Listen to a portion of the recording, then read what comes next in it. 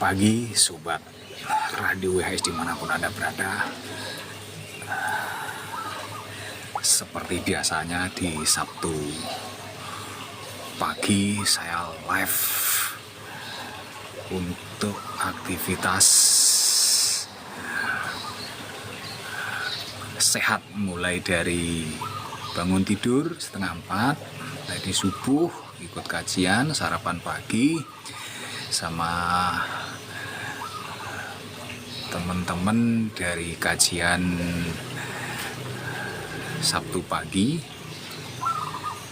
Kemudian ada ceramah kuliah subuh 30 menit, ngopi, teh, sarapan. Kemudian jam 6 saya lanjut dengan aktivitas renang nanti sampai jam 7.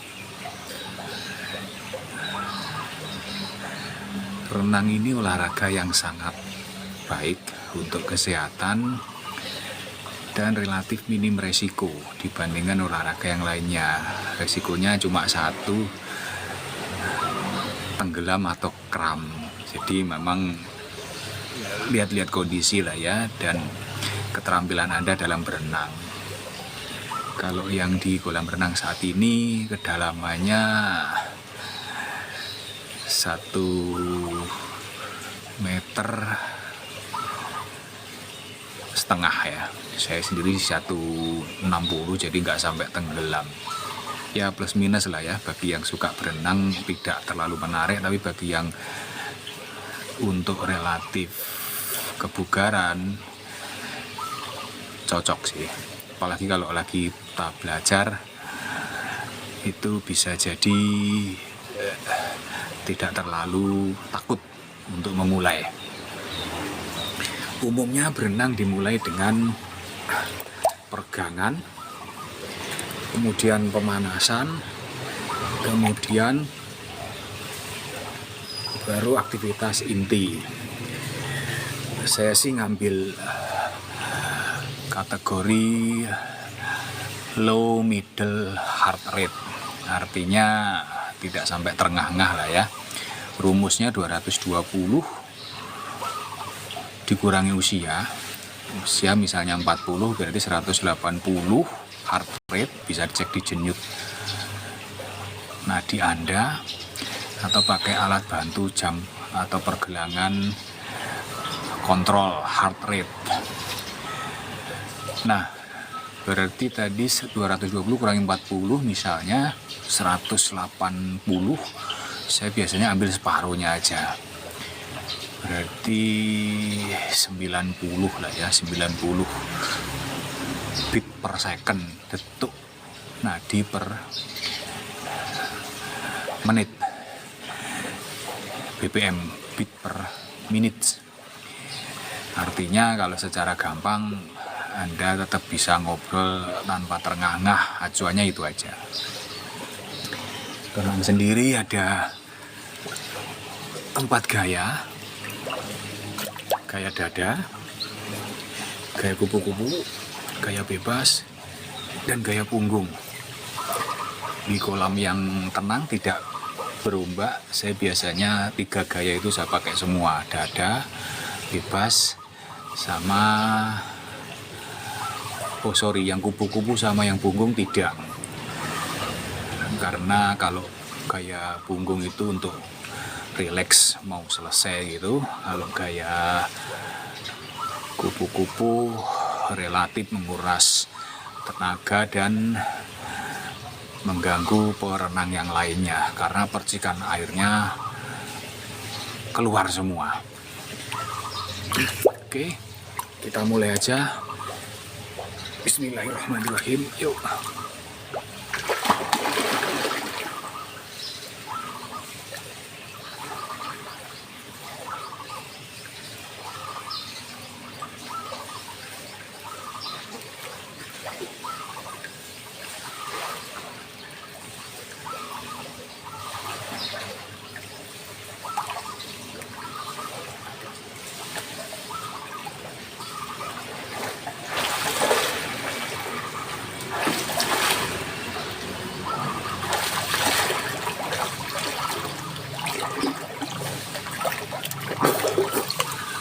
itu tadi saya praktekkan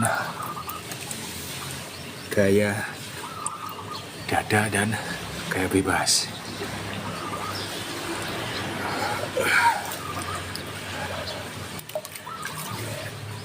Untuk pull up seperti ini itu juga baik untuk menjaga kekuatan otot lengan, dada, dan punggung.